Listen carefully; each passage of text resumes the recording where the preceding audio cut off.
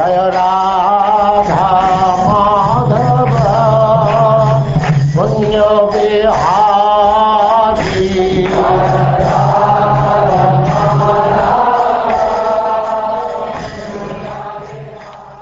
And now chapter 21, Bali Maharaja arrested by the Lord.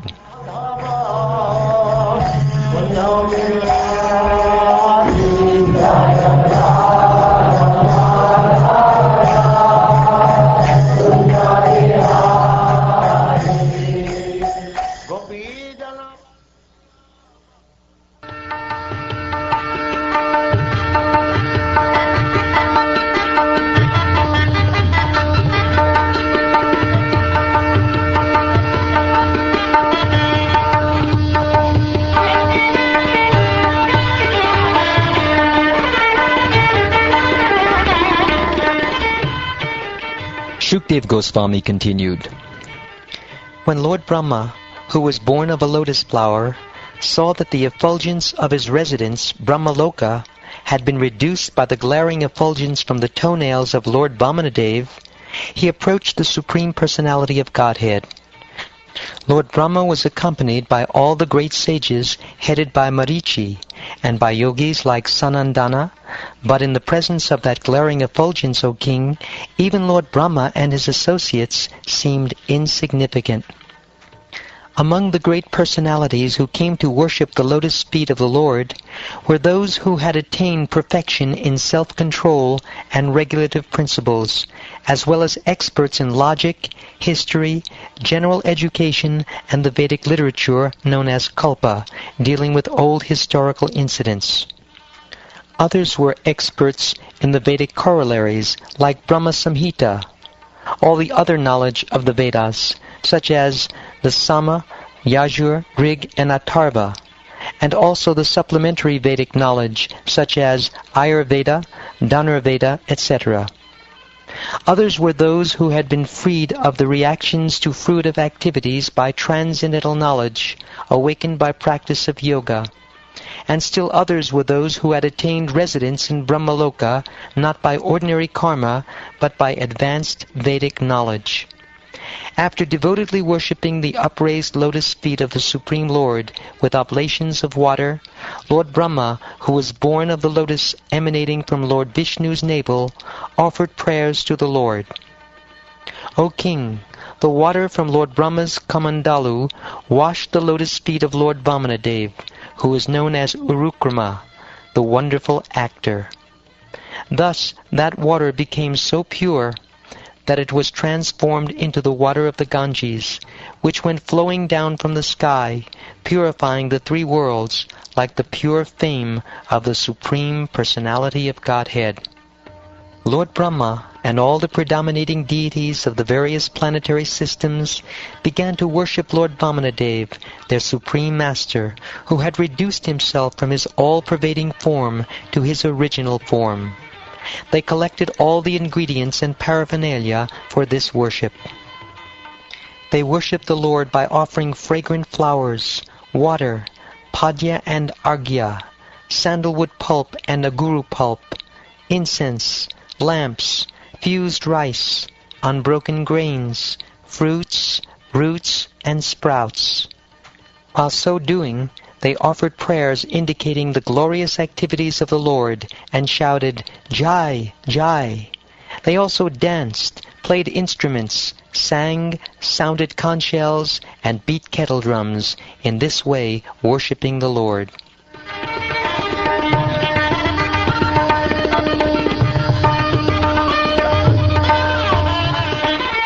Jambavan, king of the bears, also joined in the ceremony.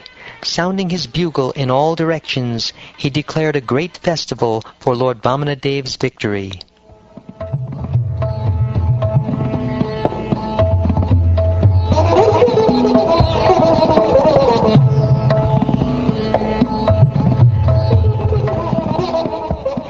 When the demoniac followers of Maharaj Bali saw that their master, who had been determined in performing sacrifice, had lost all his possessions to Vamanadev, who had taken them away on the plea of begging 3 paces of land, they were very angry and spoke as follows. This Vaman is certainly not a Brahmin, but the best of cheaters, Lord Vishnu. Assuming the form of a Brahmin, he has covered his own form, and thus he is working for the interests of the demigods. Our Lord Bali Maharaj, because of his position in performing the yajna, has given up the power to punish. Taking advantage of this, our eternal enemy, Vishnu, dressed in the form of a brahmachari beggar, has taken away all his possessions. Our Lord Bali Maharaj is always fixed in truthfulness, and this is especially so at present, since he has been initiated into performing a sacrifice. He is always kind and merciful toward the Brahmins, and he cannot at any time speak lies. Therefore, it is our duty to kill this Vamanadev, Lord Vishnu. It is our religious principle and the way to serve our master.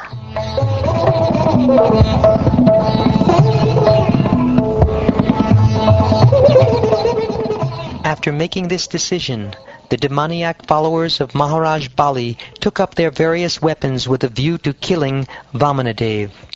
O king, the demons, aggravated by their usual anger, took their lances and tridents in hand, and against the will of Bali Maharaj, they pushed forward to kill Lord Vamanadev. O king, when the associates of Lord Vishnu saw the soldiers of the demons coming forward in violence, they smiled. Taking up their weapons, they forbade the demons to continue their attempt. Nanda, Sunanda, Jaya, Vijaya, Prabala, Bala, Kumuda, Kumudaksha, Vivaksena, Patatrirat, or Garuda, Jayanta, Shrutadev, Pushpadanta, and Satvata were all associates of Lord Vishnu. They were as powerful as 10,000 elephants, and now they began killing the soldiers of the demons.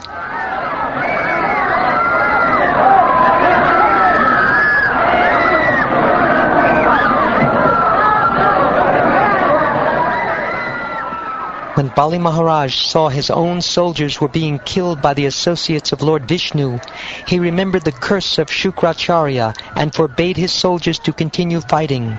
He said, O Viprachiti, O Rahu, O Nemi, please hear my words. Don't fight. Stop immediately, for the present time is not in our favor. O Daityas, by human efforts, no one can supersede the Supreme Personality of Godhead, who can bring happiness and distress to all living entities. The Supreme Time Factor, which represents the Supreme Person, was previously in our favor and not in favor of the demigods, but now that same Time Factor is against us. No one can surpass the time representation of the Supreme Personality of Godhead by material power, by the council of ministers, by intelligence, by diplomacy, by fortresses, by mystic mantras, by drugs, by herbs, or by any other means. Previously, being empowered by providence, you defeated a great number of such followers of Lord Vishnu. But today, yes, today, those same followers, having defeated us, are roaring in jubilation like lions. Unless providence is in our favor, we shall not be able to gain victory. Therefore, we must wait for that favorable time when our defeating them will be possible.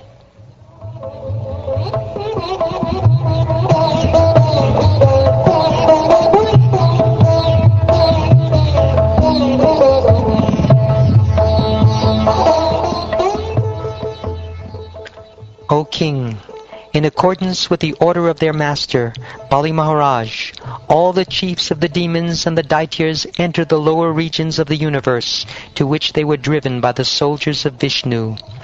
Thereafter, on the day of Somapana, after the sacrifice was finished, Garuda, king of the birds, understanding the desire of his master, arrested Bali Maharaj with the ropes of Varuna. When Bali Maharaj was thus arrested by Lord Vishnu, who is the most powerful, there was a great roar of lamentation in all directions throughout the upper and lower planetary systems of the universe. O king, the Supreme Personality of Godhead, Vamanadev, then spoke to Bali Maharaj, the most liberal and celebrated personality, whom he had arrested with the ropes of Varuna. Bali Maharaj had lost all bodily luster, but he was nonetheless fixed in his determination. The Lord said, "O king of the demons, you have promised to give me 3 steps of land, but I have occupied the entire universe with 2 steps. Now think about where I should put my 3rd. As far as the sun and moon shine with the stars, and as far as the clouds pour rain, all the land throughout the universe is in your possession. Of these possessions, with 1 step I have occupied Burloka, and with my body I have occupied the entire sky and all directions. And in your presence, with my 2nd step, I have occupied the upper planetary system. Because you have been unable to give charity according to your promise, the rule is that you should go down to live in the hellish planets. Therefore, in accordance with the order of Shukracharya, your spiritual master, now go down and live there. Far from being elevated to the heavenly planets or fulfilling one's desire, one who does not properly give a beggar what he has promised falls down to a hellish condition of life.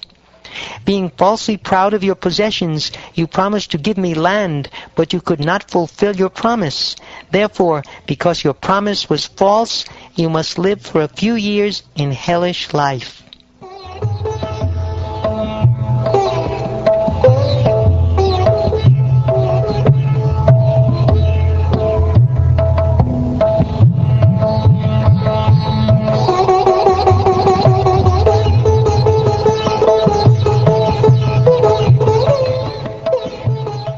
Thus ends the 21st chapter of the 8th canto of the Srimad Bhagavatam, entitled Bali Maharaj Arrested by the Lord.